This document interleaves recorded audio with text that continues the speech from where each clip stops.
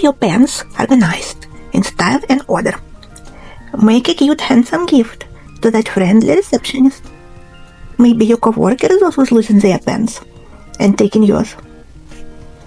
And stop throwing away toilet paper rolls.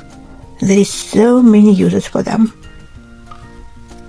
This pen topper fits any office pen, and it is replaceable.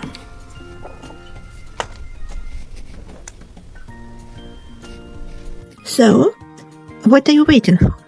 Let's make this beauty together, one flower at a time. This is what you need. Medium weight yarn, scraps, what you have at home, toilet paper roll, crochet hook, 4 mm or even smaller, like 3.75, assorted pens, stick pens, doesn't matter the kind, they all have the same thickness, glue gun, and optionally fabric glue to secure a couple of knots.